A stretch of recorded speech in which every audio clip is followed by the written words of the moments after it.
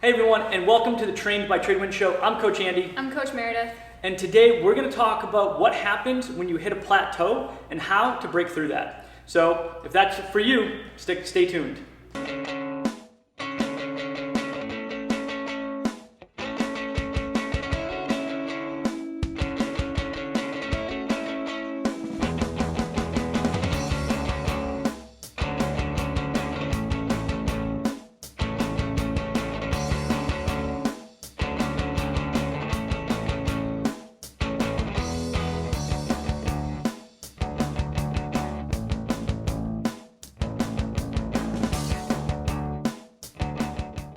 All right, so a lot of times we hit plateaus. And a plateau can be in pretty much anything in life. It can be in fitness, it can be in nutrition, it can be in your job, it can be in your family, it could even be in your love life. Yeah. And a plateau is literally where we stall and we stop making progression. It's when we keep doing the same thing over and over and over again and we're not making any progress. Things aren't changing, things aren't evolving.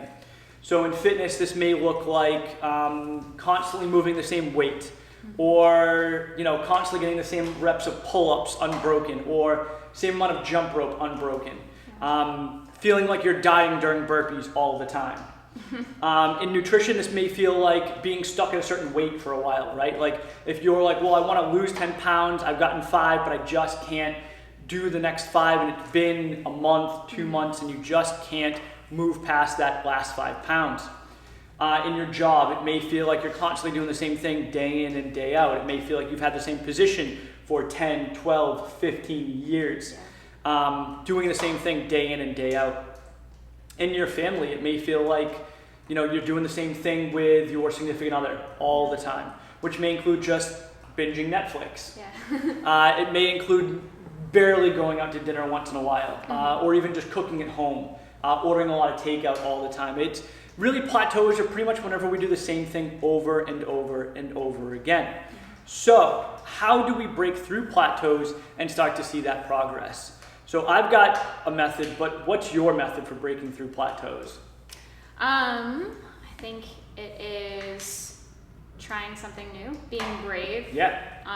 And also being vulnerable with yourself and actually saying, I know for me, saying out loud what my weakness is kind of, it can be kind of stressful to say it out loud.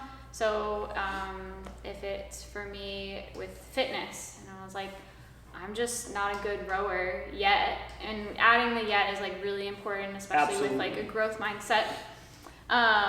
So saying this is my weakness and then having a plan of action to go along with it to grow in that is basically my method of doing anything. And actually, I'd probably say the same exact thing, right? So when we hit a plateau, we need to figure out what it is that we're plateauing with. So if that's fitness, if that's nutrition, again, whatever it may be, and take a look at where we can go to make a little bit of progress and change something, get a little bit outside our comfort zone and figure out what we can do to make a difference. So like Meredith said, she sat there and said, well, I'm stuck on my fitness. Where can I improve? I'm not good at rowing yet. Maybe it's burpees, right? We've got plenty of clients in this gym that come in and they're like, I hate burpees. Yeah. And that's a great example because a lot of people feel that way. But if you're stuck on your fitness, burpees are a great space to try to improve. And it can be as simple as saying, well, in the next workout with burpees, I'm going to try to do sets of 10 without resting, where normally I do sets of 5. Or maybe I'm going to do sets of 20 without resting, when I normally do 10. Maybe I'm going to be able to do 10 burpees every minute consistently. So when I'm doing my workout and we've got sets of 10, I'm going to take a look at the clock. I'm going to make sure I can do my 10 burpees in under a minute. And that's where we push ourselves outside that comfort zone. And that's where growth really happens. And it can be challenging. Listen, I don't know about you. I never want to do things I'm terrible at. Let's be honest. Nobody wants to do things you're bad at. Yeah. But if you want to grow, it's really the only way to do that. And like Meredith said, a lot of that has to do with being honest and vulnerable with yourself. And I mean, that takes a lot of work, let's be honest. And that's for a whole nother video that we can do down the road. But at the end of the day, literally sitting down and going, where can I make improvements? What am I not great at? Like for me, we just did a work, literally just finished it. and I like barbell movements, but this workout is all barbell, and that's something that I struggle with.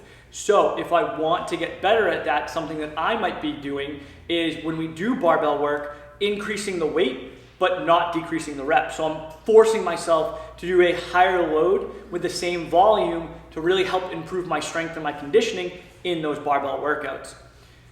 But at the end of the day, what happens when you don't know what your weakness is? What would you recommend then? When you don't know it? Yeah, what happens when you don't know like what your weakness is? Like if you honestly you're like, I'm not making any progressions, but I don't know what to fix. Asking other people. Yeah. I would say. I guess in like a different scenario with like maybe not fitness, but I know that with my family, like I didn't spend enough time with them, and having like, let's say I didn't know that I wasn't spending enough time with them, like maybe family dinners I wasn't there, or when they're doing game nights I just want to do something by myself. I could ask and be like, hey, is there something I can improve on and make like our family dynamic a little better? And like from that question, there comes feedback. And it's the same thing with fitness, where you can ask, like if you have a coach, you can say, hey, what do you think I'm lacking? Right. What could help me? And having the coach give you feedback, and that again brings up the whole vulnerability thing of someone critiquing you and saying, hey, your burpees are lacking, like they seem like it's really hard for you. You're like, wow, I didn't even know that. But yeah, something like that, asking somebody else to point it out for you.